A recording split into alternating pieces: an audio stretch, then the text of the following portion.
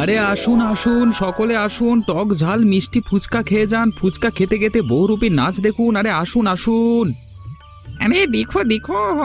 अरे बांदर खेला देखो, ये देखो डिगबाजी, ये देखो मोटू नाच। अरे हंसो हंसो बच्चारा, हातताली दाও জোরে।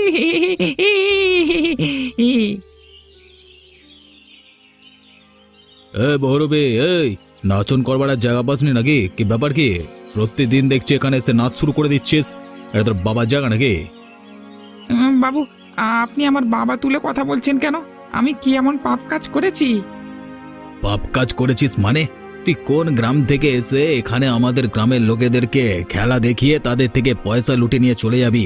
সেটা আমি দাঁড়িয়ে থেকে সহ্য করব? বাবু, আমি তো তেমন কিছু করিনি, নিজের কর্তব্য করে খাচ্ছি। হ্যাঁ, একেবারে উদ্ধার করে ফেলেছ। আরে আমি হলাম পঞ্চায়েত সমিতির মেম্বার। পঞ্চায়েতের অনুমতি নেওয়া আছে কি? যদি অনুমতি নেওয়া না থাকে তাহলে এখানে সব করা যাবে না। কি হলো কি? এখানে এত হট্টগোল কিসের? দেখো না ভাই, আমি এখানে ছোট ছোট ছেলেদের খেলা দেখি আনন্দ দিই, আর উনি এসে আমাকে হুমকি দিচ্ছেন। হুমকি নয় রে সালা, আমি যা বলছি সত্যি করে বলছি। কালকে থেকে যেন দেখি এখানে সব পরিষ্কার। এসব নাটকবাজি আমি সহ্য করবো না বলে দিলাম। কিন্তু আমরা করে কমে খাচ্ছি, সেটাও কি তোমাদের সহ্য হচ্ছে না? এই, আমি আর কোনো কথা শুনতে চাই না। কালকে যদি এখানে দেখতে পাই তাহলে সবার জরিমানা করা হবে। না, আর মনে হচ্ছে আমার এখানে আসা হবে না। বাচ্চারা, তোমরা সাবধানে থেকো। তোমাদের আর আমি খেলা দেখাতে পারবো না গো।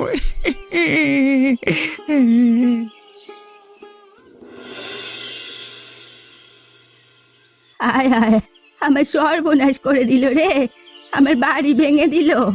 ওই বুড়োকে যত বারণ করা হয়, ওই বুড়ো আমার কোনো কথাই শোনে না। দেখাচ্ছি মজা। ওর একদিন কি আমার একদিন। এর সব হিসেব আমি উসুল করেই তবে ছাড়বো।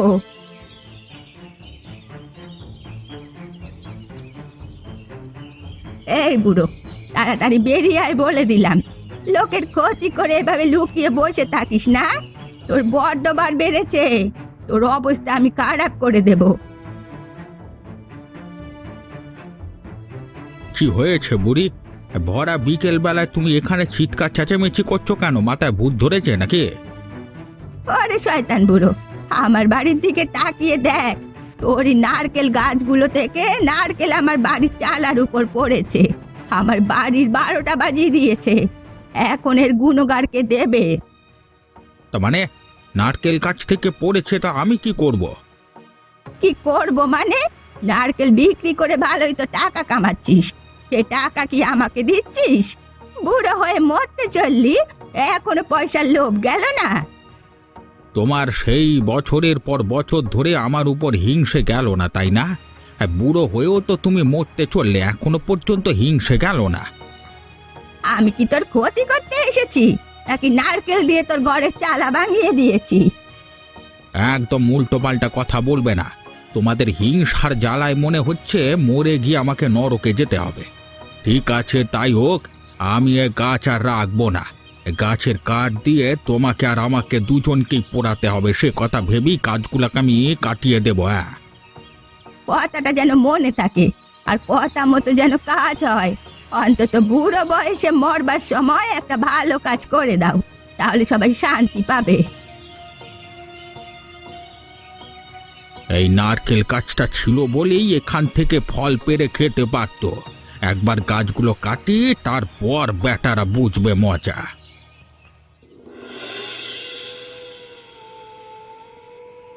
গিন্নি, কোথায় গেলে গো? এক গ্লাস জল নিয়ে এসো তো। এতটা হেঁটে এসে ক্লান্ত হয়ে গেলাম। সে কোন ভোরবেলায় উঠেছি, সারা দিন বিশ্রাম নেই, খুব ক্লান্ত হয়ে পড়েছি গো। কি ব্যাপার গো, আজকে তোমাকে একটু উদাস বলে মনে হচ্ছে? কিছু হয়েছে নাকি? কি আর বলবো, ঝামেলা হয়েছে। কিছু কিছু মানুষের মানসিকতা এত খারাপ, সত্যি সহ্য করা যায় না। কেন, কেউ কিছু বলেছে নাকি তোমাকে? আমাকে না, আমাদের পাড়ার ওই পঞ্চায়েত সদস্য নিজেকে বিশাল কিছু মনে করে। ওই রামলাল আছে না, আমাদের ওই মাঠে যেখানে আমি ফুচকা নিয়ে বসি, সেখানে একটি বহুরূপী ছোটদের খেলা দেখিয়ে উপার্জন করত। সেই উপার্জন এই রামলাল বন্ধ করে দিল। কেন? তোমরা তো তোমাদের মতো উপার্জন করছো, তাতে ওর কি সমস্যা হচ্ছে?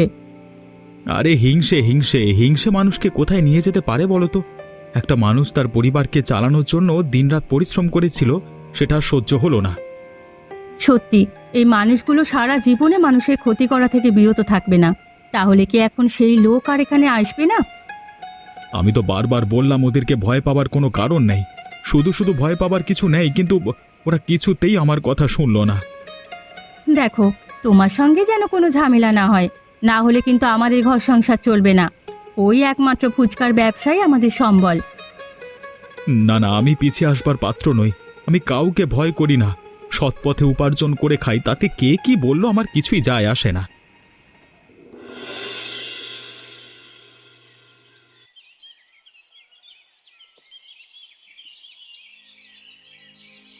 যা, এটা কেমন হলো?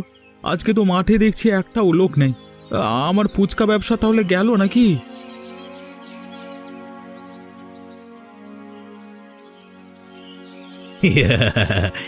যাক, তাহলে আমার ভয় দেখানো কাজে দিয়েছে। হ্যাঁ, আজকে দেখছি মাঠ একদম ফাঁকা।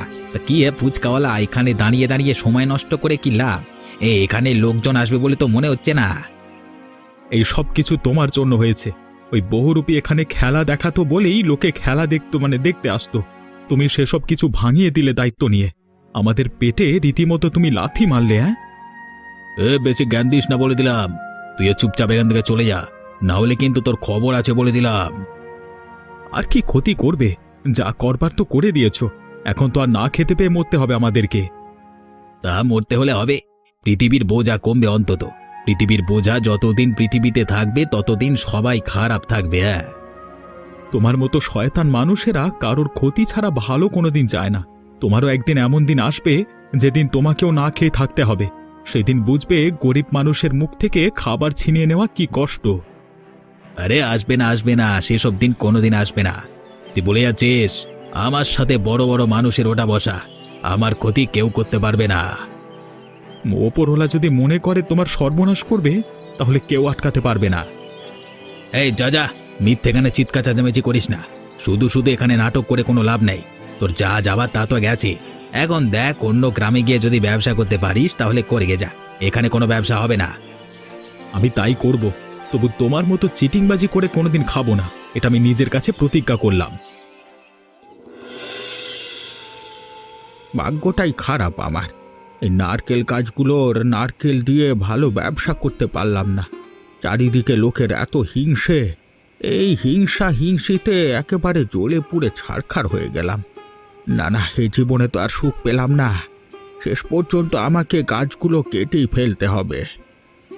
কি হলো কাকা, এত রেগে আছো কেন? আর সন্ধ্যা হয়ে গেল, এই গাছতলায় এখনো বসে আছো কেন? কি আর বলবো ভাই, জীবনটা চলে গেল। পাশের বাড়ির ওই বুড়িও প্রতিজ্ঞা করিয়ে নিয়েছে ও আমাকে নিয়ে একেবারে মরবে। কেন গো কাকা, ও বাড়ির কাকিমা আবার কি করলো? বুড়ো বয়সে আবার তোমার সঙ্গে প্রেম করবে বলছে নাকি? এবার মস্করা করবার সময় নয় এটা। সারা জীবনটা তো ওই পরিবারের সাথে আমাদের ঝগড়া হয়ে এলো। বুড়ো বয়সে এসে কি ভালোবাসা হয়? সারা জীবন আমার উন্নতিতে ওরা নজর দিয়ে এলো, আর এখন ভাব করতে আসবে? আরে তাহলে হয়েছেটা কি? আমি তো ভাবলাম তাই জন্যই তুমি রেগে গেছো। আমার এই নারকেল গাছগুলোর একটা ওদের বাড়ির দিকে থাকে।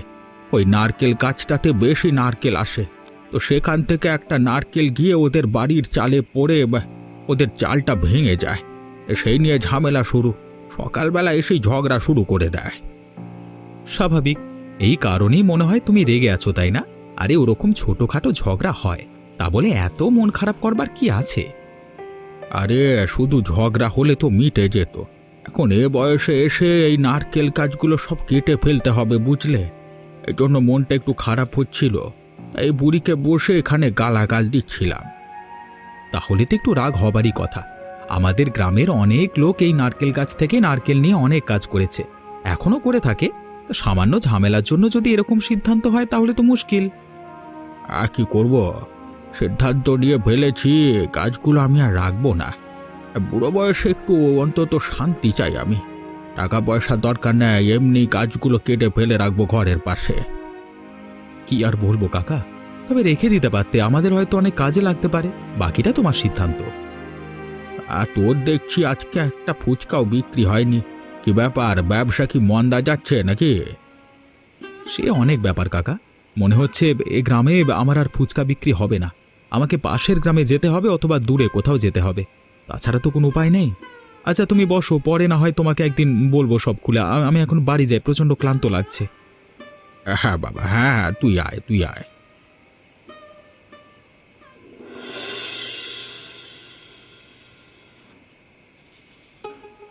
তাহলে কি সিদ্ধান্ত নিয়েছো তুমি? তুমি পাশের গ্রামে কাল থেকে ফুচকা বিক্রি করতে যাবে? তাছাড়া তো কোনো উপায় নেই। আমি এখন খুব ভালোভাবে বুঝতে পারছি ওই বহুরূপী রাজুদা ওখানে খেলা দেখাতো বলেই এত লোক হতো। তুমি ভাবো তো গিন্নি, গত 2 মাস ধরে কত টাকা ঘরে এনেছি, তাই জন্যই তো এখন শান্তি করে খেতে পাচ্ছি, না হলে তো দুশ্চিন্তায় মাথা খারাপ হয়ে যেত। কিন্তু একটা কথা বলো, আমি কি তোমার সঙ্গে যাব? কারণ এতটা দূর যেতে আসতে তোমার অনেকটা কষ্ট হয়ে যাবে। আমি তো সারাদিন ঘরেই বসে থাকি, শুধু ওই একবেলা রান্নাটুকু ছাড়া তো আর কিছুই নয়। না না, অত দূর গেলে তোমার আবার কষ্ট হয়ে যাবে। আরে শারীরিক ধকল বলে একটা জিনিস আছে তো। পাশের গ্রাম মানে অনেকটা দূর, আমি এই সাইকেলটা নিয়ে হেঁটে হেঁটে যাব, যেতে আসতে অনেকটা সময় নষ্ট হয়ে যাবে। তুমি বরং ঘরে থাকো, তাহলেই হবে। তাহলে কি কালকে ভোরবেলা উঠে আমরা কাজ শুরু করব? অনেক ফুচকা তৈরি করতে হবে বলে মনে হচ্ছে।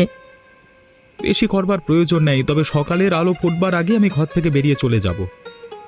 ঠিক আছে, আমি তাহলে কাল সকাল সকাল উঠে তোমার জন্য খাবার বানিয়ে রাখবো।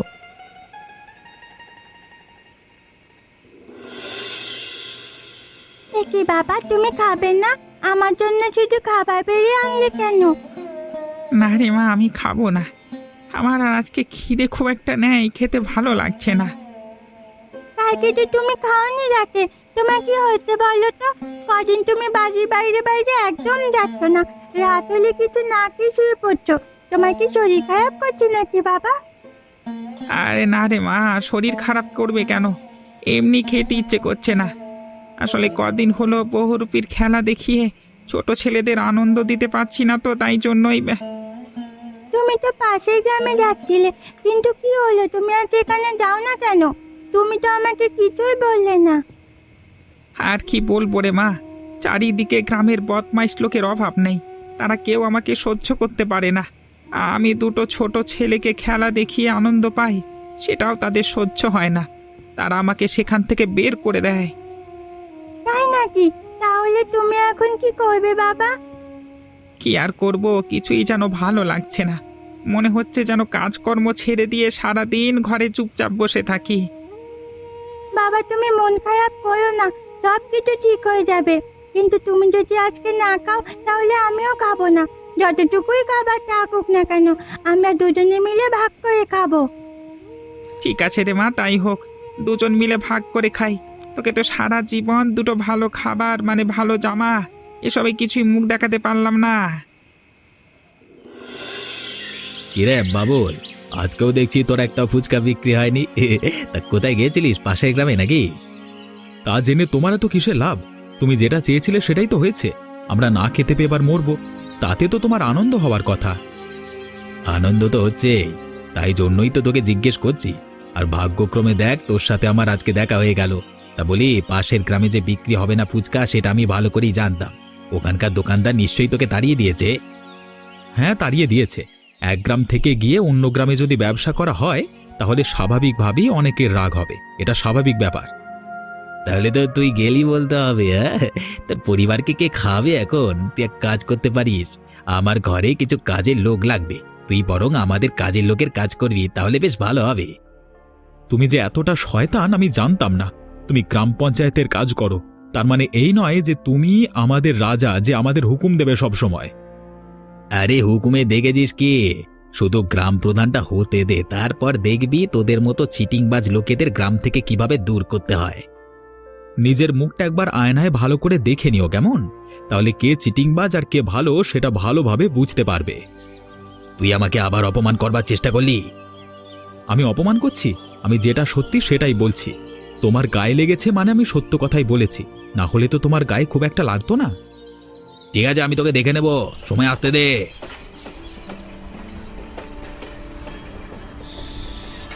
আরে তাই তো, আমি যদি এই ট্রেন লাইনের মতো একটা আলাদা রাস্তা করতে পারি, তাহলে তো হ্যাঁ হ্যাঁ, ঠিক ঠিক ঠিক। আজকে রাতেই তাহলে আমাকে একবার গিরিধর কাকার কাছে যেতে হবে, তারপর সেখানেই হবে সমস্যার সমাধান।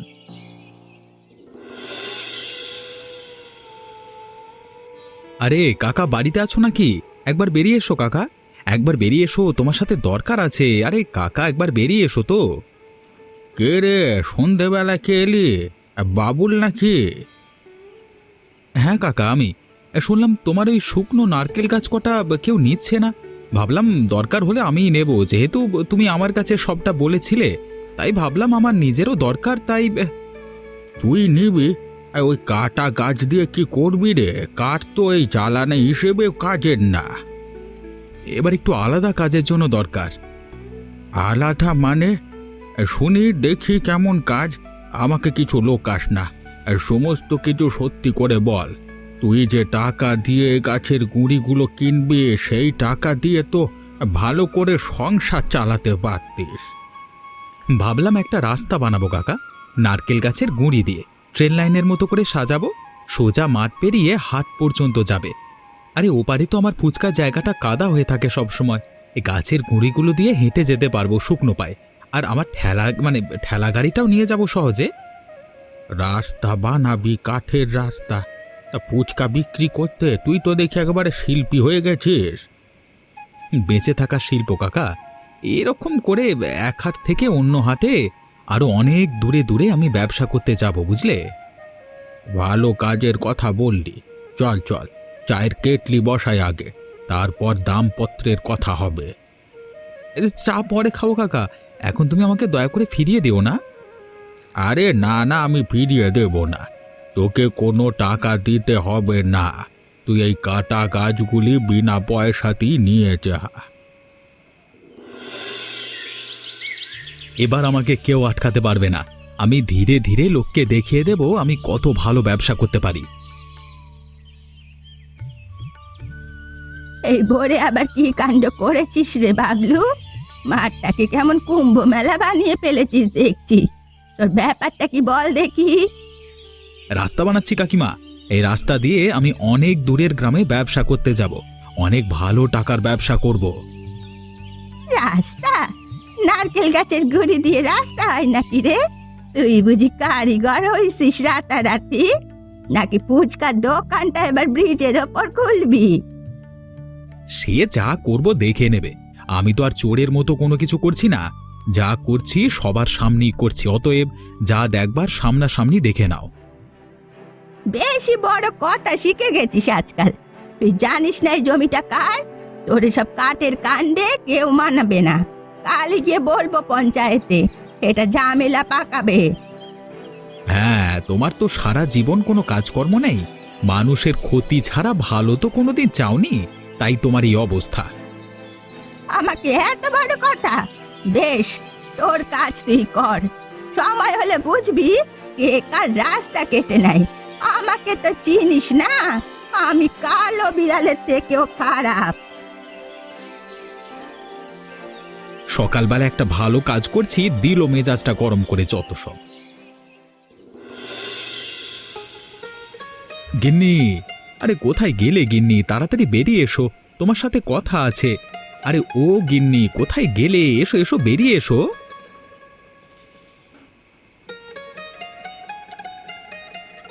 দেখো গিন্নি, কে এসেছে আমাদের ঘরে, এনাকে চিনতে পারছো? ইনি হলেন আমাদের এখানে যিনি বহুরূপী খেলা দেখাতেন তিনি, আর ওই পুচকে মেয়েটি হলো ওর মেয়ে। আয় আয় মা, দাঁড়িয়ে আছিস কেন? আরে এসো এসো, তোমাদের কথা কত শুনেছি, কিন্তু তোমাদের সাথে এই প্রথম দেখা। আমার খুব ভালো লাগছে, আপনারা আমাদের বাড়িতে এসেছেন, আমি অনেক খুশি। তোমাদের এই গ্রামের কাঠের রাস্তা না হলে হয়তো আশাই হতো না। হঠাৎ করে ভাইয়ের সাথে দেখা হয়ে গেল। আমিও কদিন ধরে কাজকর্ম না করে প্রচণ্ড দুঃখের মতো ছিলাম। আজকে অনেক দিন বাদ দুই ভাই মিলে অনেক কাজ করলাম, কি বলো বাবুল ভাই? তা তো বটেই। জানো গিন্নি, আজকে অনেক দূর গিয়েছিলাম এই লাইন দিয়ে, আর কত কম সময়ের মধ্যে পৌঁছে গেছিলাম এই একটা হাটের মধ্যে। সেখানে কত লোকের ভিড়, আমরা দুজন মিলে ভালো রকম ব্যবসা করে এলাম, বেশ ভালো লাগলো। বাবুল ভাই, তুমি একটা দারুণ বুদ্ধি বের করেছো। তোমার এই বুদ্ধির সত্যি প্রশংসা করতে হয়। এইভাবে কাঠের রেল লাইনের মতো লাইন ফেলে তুমি যে এত দূরে বিক্রি বাটা করতে যাবে, সত্যি আমি কল্পনা করতে পারিনি। হঠাৎ করে অনেকগুলো সুযোগ একসাথে চলে এলো, তাই জন্যই আমি এই সুযোগ আর ছাড়লাম না। আরে চলো চলো, তোমরা কি এখানে দাঁড়িয়ে গল্প করবে নাকি? ঘরে বসবে চলো, সবাই মিলে গল্প করতে করতে খাওয়া দাওয়া করা যাবে। এদিকে পুচকে মেয়েটার অনেক খিদে পেয়ে গেছে, ওর মুখ দেখেই বোঝা যাচ্ছে। হ্যাঁ কাকিমা, আমার অনেক খিদে পেয়ে গেছে।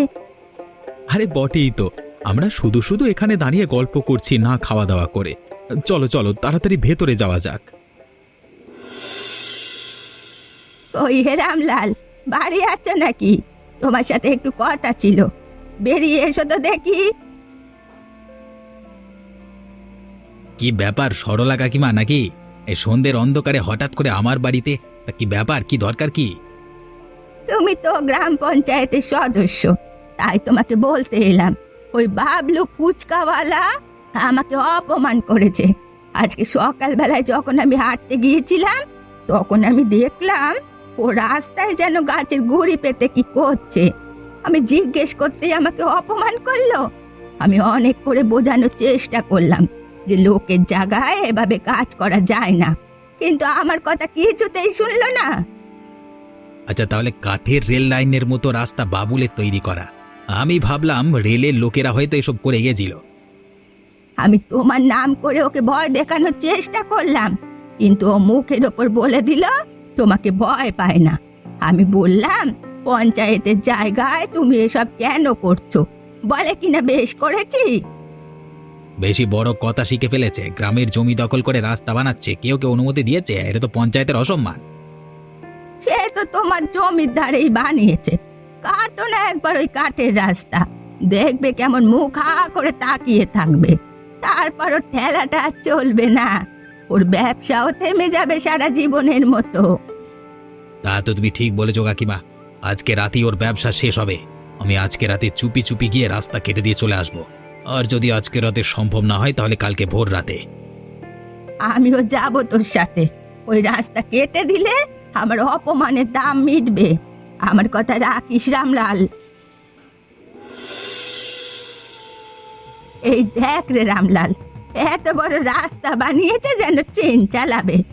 এখন দেখ কিভাবে ভেসে যায় বাবলু স্বপ্ন। আর একটু কাটতে পারলেই ব্যাটার সর্বনাশ হয়ে যাবে। দাঁড়াও দাঁড়াও, এখন অনেক রাত বাকি। ওর এমন সর্বনাশ করবো সারা জীবনেও ভুলতে পারবে না। এই ওখানে কে? এই রাতে কি করছিস তোরা? থাম থাম বলছি, থাম। এই রে, বুড়োটা আবার করতে গেল রে। এবার তো ধরা পড়েও মনে হচ্ছে। তাহলে এবার কি হবে? এই যে, তোরা রাস্তা কেটে দিচ্ছিস? এই রাস্তা বাবুল নিজের ঘাম ঝরিয়ে বানিয়েছে গ্রামের উপকারের জন্য। তুই নিজের কাজ দেখ বুড়ো, যে রাস্তা পঞ্চায়েতের নয় সেটা টিকবে না। মানুষের হাতের কাজ নষ্ট করলে কখনো শান্তি পাবি না। থাম, আমি বাবুলকে খবর দেব। এই বুড়ো আবার অনেক কথা শিখেছে। চল রে রামলাল, ওর মুখ বন্ধ করার দরকার আছে। বাঁচাও, মেরে ফেললো।